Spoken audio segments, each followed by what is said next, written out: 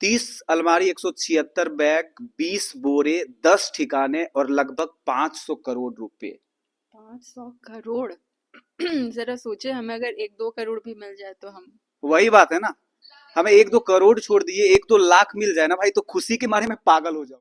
अखबार खोलो, धीरज Sahu. Social media open कर रही हूँ, धीरज साहू। न्यूज चैनल ओपन कर रही हूँ, धीरज साहू। धीरज साहू, कौन है रवि ये धीरज साहू आखिर? धीरज साहू को नहीं जान रहे हो? नहीं। धीरज साहू, अभी झारखंड में सिर्फ एक ही नाम चल रहा है, धीरज साहू।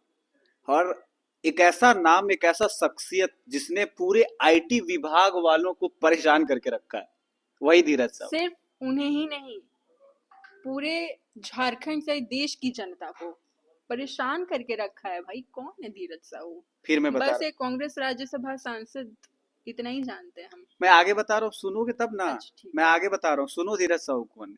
वही धीरज साहू जिन्होंने लगभग 50 एसबीआई के कर्मचारियों को अपने घर में 5 दिनों तक कार्य करवाया और अभी तक काम जारी है। कभी सुना था कि एसबीआई या किसी भी बैंक के कर्मचारी किसी के घर जाके काम करते हैं या वहां पे ड्यूटी देते हैं? शायद ओवर टाइम भी कर रहे हैं। लेकिन उसको पैसा नहीं मिलने वाला है ओवर टाइम का, ये भी बता दें। हम्म। उनको उतना ही पैसा मिलेगा जितना कि मिलता है। हम्म। ऊपर से जो एजेंसी है, जैसे इनकम टैक्स वाले, उनके बड़े बड़े आला अधिकारी भी लगे हुए हैं और वो भी परेशान है। किस चीज में लगे हुए हैं? किस चीज में बताते हैं? वो चीज, यानी धीरज साहू के घर में स्वयं धन कुबेर ने भी अपना डेरा डाल के वहां पर डेरा लगा के वो बैठे हुए हैं। और 5 दिनों से ऐसा लग रहा है मानो कि उनके यहाँ पर धन कुबेर जो है वो कोई धरना प्रदर्शन पर बैठे हुए। अच्छा, वो जो तस्वीर अभी सामने आई थी, जो एक कमरा है, लगभग उस कमरे में 9 से 11 अलमारियां हैं और खचाखच बस नोट भरे हुए हैं।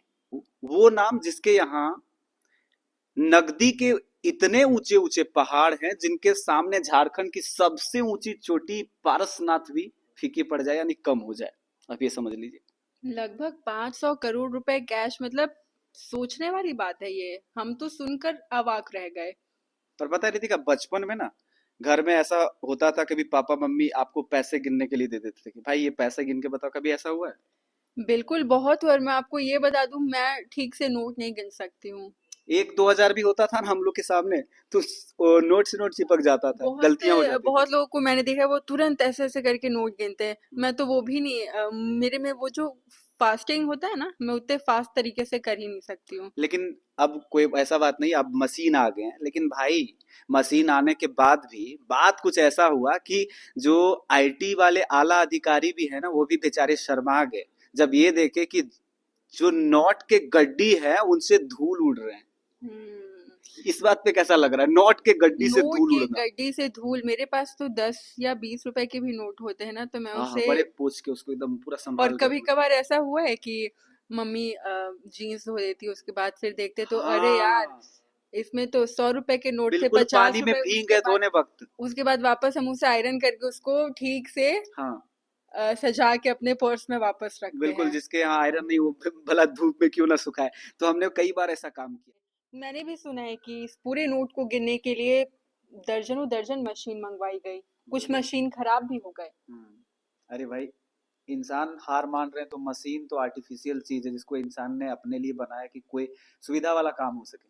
जब इतने बड़े मात्रा में रकम इंसान को मिले तो मशीन भी हार मानने वाले थे। कई मशीन ऐसे थे जिनके जो क्या बोलते हैं अंदर के वो कल पुर्जे थे ना, हम्म। उन्होंने अपने आप को बोला कि भाई हमसे नहीं होगा। जाहिर सी बात है। अब जो तस्वीरें सामने आई, हमने देखा जैसे चिपक चिपक के बंडल्स में नोट रखे हुए, मॉइस्चर आ चुके हैं, धूल है उसमें, तो लिहाजा यही सब भी मशीन वजह था। खराब होंगी बिल्कुल। और हालांकि इस पूरे मामले में अभी तक धीरज साहू वो चुप है, उन्होंने कोई प्रतिक्रिया नहीं दी है। यही तो बात है। कांग्रेस वाले लोग भी, चूंकि वो कांग्रेस के राज्यसभा सांसद हैं, तो कांग्रेस आला कमान से भी उनको कई नोटिस भेजा जा रहा है। उनके मन में यही चल रहा है कि भाई एक कॉल तो कर दो। सारे लोग बोल रहे हैं उनसे कि एक कॉल करके मुझे कोई चुपके स्टेटमेंट से दे भी दो। बता दो भाई कि हम्म। कम से कम तूने जो ये रकम इकट्ठे किए वो किस लिए किए, ताकि अच्छा हम तो ठीक। लड़ सकें सामने वाले सत्ता पक्ष से। बिल्कुल बिल्कुल, हालांकि धीरज साहू तो अभी कुछ वो कह नहीं रहे हैं। बिल्कुल। और जैसा कि आपने बताया, क्योंकि उनका कारोबार भी वो बहुत ज़्यादा फैला हुआ है, रिच फैमिली से वो बिलोंग करते हैं, तो अभी तक ये क्लियर नहीं हुआ है कि ये जो पैसे बरामद हुए हैं वो ब्लैक हैं या व्हाइट हैं। तो आपको क्या लगता है? देखिए, भ्रष्टाचार का बवाल है या लीगल कमाल है, ये कहना बड़ा मुश्किल होगा। ये तो हमें आईटी वाले पर ही छोड़ देना होगा। समय का इंतजार करना पड़ेगा हम्म। कि जांच में क्या वो चीज है जिसको मीन्स की पब्लिक के लिए छोड़ा जाएगा, क्योंकि ये पैसा हम्म।